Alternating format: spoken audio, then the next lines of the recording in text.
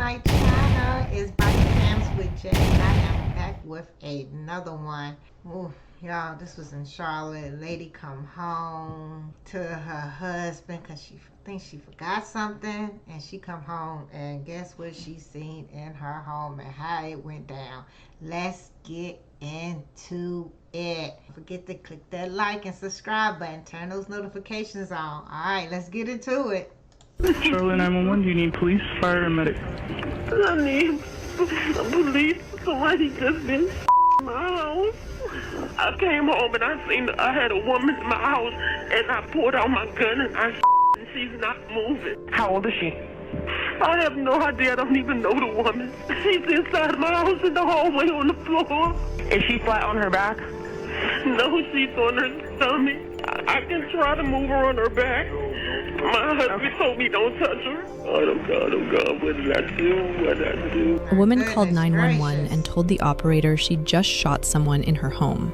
But this wasn't a break-in. The person lying on the floor was a 25-year-old lady her husband brought to their matrimonial home. And what happened in the minutes before that call, that's when things got really complicated. I'm angry, I'm upset that for her to go from one emotion to the next, you get on the 911 call and I have a call recorded on my phone where you're beating my child, and then you call 911 and you're emotionally crying and saying your life is over. I feel like it's senseless. I feel like she didn't have a chance. July 18th, 2023, in Charlotte, North Carolina, a small house on Porter Street became the scene of a tragedy. And the person at the center of it all was Tyra Chanel Crosby. 25-year-old Tyra was born on August 28, 1997, in Charlotte with her mother, Tanya Hoskins. People who knew Tyra described her as outgoing, full of life. She wouldn't want us to be sad out here. She was the light of every situation. You know what I'm saying? Your head down, she gonna make sure you lift it up. You know, she prayed every day. She had big dreams, and like most young people trying to figure things out, she'd made some mistakes along the way. Her past wasn't perfect. Between 2018 and 2023, Tyra allegedly had some run-ins with the law, and some serious charges too. But according to her family and friends, she was working to turn things around. Tyra was in a relationship. You can see them in videos she posted online, doing those couple challenge things, laughing, being young. Who's the better cook? Who said I love you first? Who takes longer to get ready in the morning? Who's the grumpier one in the morning? Who's more stubborn? Who's the bigger baby when sick? Who's the social butterfly? Who's the messy one? Who works out more? Who requires more attention? She seemed happy having someone she cared about and who cared about her too. But on the night of July 17th, 2023, Tyra went out. Her mother wasn't exactly sure where, but according to reports, it was probably a club or one of those arcade sweepstakes spots on Freedom Drive. At some point that evening, Tyra met Albert Alexander, a 50-year-old man. And at some point that evening, he and Tyra connected. They talked, drank, and hung out. Now remember, Tyra had a boyfriend, someone she was posting about online, someone she seemed happy with. So why was she out that night with Albert? Maybe Tyra was just out having fun and didn't think meeting someone new meant anything serious. Whatever the reason that night, Tyra crossed paths with Albert Alexander and they spent hours together. They were reportedly at an arcade spot with drinks, music, talking, laughing, and getting comfortable with each other. Hours went by, and at some point, Albert made his move. He invited Tyra back to his place. He took her to a house on Porter Street. Tyra had no idea about the reality of Albert's situation. She thought she was going home with a single man. Around 5. So you meet a young lady, young lady that is half your age. You talking, chill, drink and all that.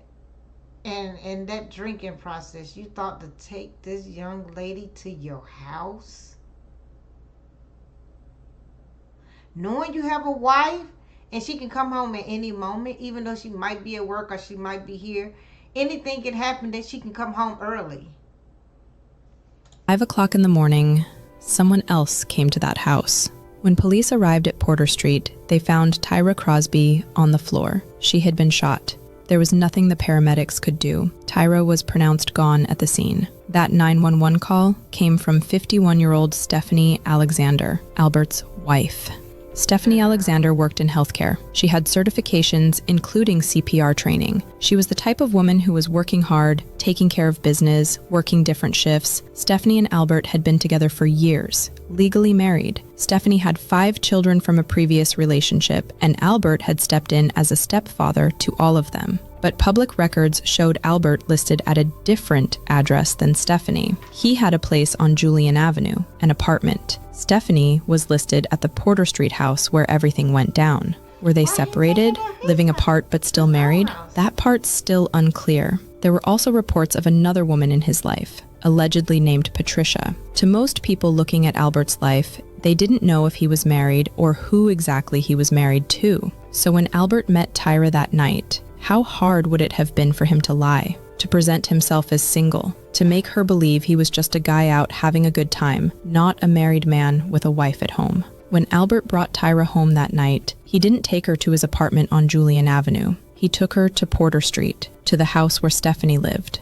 And that night, she'd been at work. Her job was about 26 minutes away from the Porter Street house. She stated that she came home early that morning because she needed to grab a computer for a class assignment. She pulled up to the house on Porter Street, walked through the door, and found Tyra there with her husband. What happened in those next minutes escalated really fast. It was 5:21 a.m. on July 18th when Charlotte Mecklenburg police were called to this home on Porter Street in Northwest Charlotte. Police say 51-year-old Stephanie Alexander called 911 to report she had just shot someone. This is a portion of that 911 recording. Charlotte 911, do you need police, fire, or medic? I need police. Somebody just been shot in my house. I came home and I had a woman in my house, and I pulled out my gun and I shot, and she's not moving. CMPD says this woman, 25-year-old Tyra Crosby, was dead inside the home when detectives arrived. Okay, how old is she? I have no idea. I don't even know the woman. Get off work early. It's 5 in the morning. You see a young lady in your house. However she's dressed at 5 in the morning. 25-year-old is in your house, a woman in your house, period. And your husband is there. You already know what's going on. So your first anger is going to be with the woman and not your husband, who owes you all the respect. You goes after the person who didn't even know that you two was together, or whatever the case may be. That's crazy. You just throw your life away just like that. If anything, it definitely would have been the man, not the young lady. She getting how she live, pretty much. She's inside my house in the hallway on the floor. Is she flat on her back? No, she's on her stomach. I can try to move her on her back. My husband told me don't touch her. Oh God, what did I do? What did I do? Tyra Crosby's family told WCCB News she was invited to the home by Alexander's husband. In fact, according to them, they have an 8-minute recording of Crosby's final moments. They believe Crosby was beaten and shot. The family spoke to us after hearing the 911 call. I'm angry. I'm upset that for her to go from one emotion to the next. You get on the 911 call, and I have a call recorded on my phone where you're beating my child, and then you call 911 and your emotion. Whoa. So you didn't even just pull your gun out. You, first of all, you beat the girl up, and then you pew her. It's crazy. Like, that's crazy. And what was the man doing? He's sitting here just allowing you, I mean, even though, you his wife, but you know, she ain't got nothing to do with it. I brung her here, so you know, you need to be protecting her and getting her. I don't know. This is crazy. Actually crying and saying your life is over. I feel like it's senseless. I feel like she didn't have a chance. I came home and I seen I had a woman in my house, and I pulled out my gun and I shot, and she's not moving. Criminal defense attorney Mark Jatan is not an attorney on this case. We asked him to give us his expert opinion about the voluntary manslaughter charge against Alexander after listening to the 911 recording. She's shaken beyond belief. You can hear that, you hear the things she's saying. It certainly seems to be the charge that you certainly starting to kick in, that she knows she messed up, that she should have thought a little longer. That's what you can tell, that she like, oh God, yeah, what have I done? Yeah, it's all hitting her like, dang, why did I do this? would assume is correct. Now, the tricky part is just because it's a heat of passion situation doesn't always mean manslaughter is the correct charge. Time is one of the main factors that we deal with as between manslaughter and murder, because time can equal premeditation. Stephanie Alexander was taken into custody. She was arrested, charged, and booked into the Mecklenburg County Jail around 6 a.m. Her bond was set at $250,000. And by 2 p.m. that same day, Stephanie was out. She'd posted bond. Albert Alexander was interviewed by police as a witness. He was never charged with anything. And that's when Tanya Hoskins, Tyra's mother, couldn't stay quiet anymore. Tanya stated that Albert lied, presenting himself as single, that Tyra had no idea this man had a wife, and she wouldn't have gone there if she'd known the truth. She believes Albert knew exactly what he was doing. He knew his wife worked nights, when she'd be gone, and when she might come home. She believed Tyra was lured there, and she wanted answers about what really happened in that house before the 911 call. Lured to a home and brutally beaten, and she was invited there. She did not just pop up there. She was not an intruder. She was invited there. Tyra called her mother that morning. When Tanya didn't answer, the call went to voicemail. What was captured on that recording was 8 minutes long, and according to Tanya, it captured her daughter's final moments. She stated that she could hear Tyra being attacked by both Stephanie and Albert, and that their voices were captured in the voicemail. Tanya immediately turned that voicemail over to the Charlotte-Mecklenburg Police Department. She believed there was more to it, and she wanted that recording to be part of the investigation. Meanwhile, the Porter Street neighborhood was dealing with the aftermath. This was a quiet area with small homes and working-class families, and now there was a woman gone, and police tape everywhere. Neighbors were shaken. Some said they heard something that morning. Others said they had no idea anything was wrong until they saw the police cars. On July 23, 2023, 5 days after Tyra's passing, family and friends gathered at Camp Green Park in Charlotte for a candlelight vigil. People came out to remember Tyra and celebrate her life. They lit candles. They released balloons. They shared memories. Tanya spoke. She thanked people for showing up, for not forgetting her daughter. She said, "I am so grateful that whatever God sent her to do, she accomplished that mission." The next day, July 24th, Tyra was laid to rest. The funeral was held at Greater Temple Baptist Church in Charlotte. Her family, her friends, her boyfriend, everyone who loved her came to say goodbye. She was only 25 years old. Her whole life was ahead of her. And think about her boyfriend for a second. The man she was reportedly in a relationship with. The one in those videos with her, doing couple challenges, laughing together. He had to find out that the woman he loved was gone, and that she'd been at another man's house. That's grief mixed with confusion, love mixed with hurt. How do you process that? How do you mourn someone when the circumstances are so complicated? On July 28th, around 2 a.m., just 10 days after that incident, someone fired shots into that same house. Stephanie and Albert were inside at the time. Nobody was hurt, but it seemed like someone wanted to send a message. Police investigated the incident, but no arrests were made. They didn't confirm if it was connected to Tyra's case, but the timing, it was hard to ignore. With Stephanie out on bond, Tanya wasn't letting this go. She pushed the prosecutors and the police. She wanted those charges upgraded. Right now, she's charged with the lowest form of murder. I want it up to first-degree murder. She murdered my daughter at 5 a.m., and she was out at 8 p.m. So that means that human life means nothing anymore. Tanya Hoskins tells me her world was shattered after learning of the death of her daughter. And as she prepares to face the person accused of ending her life, Hoskins says she just wants the woman held accountable. A vibrant life full of promise tragically cut short. Just was so outgoing, so spontaneous, such a beautiful soul.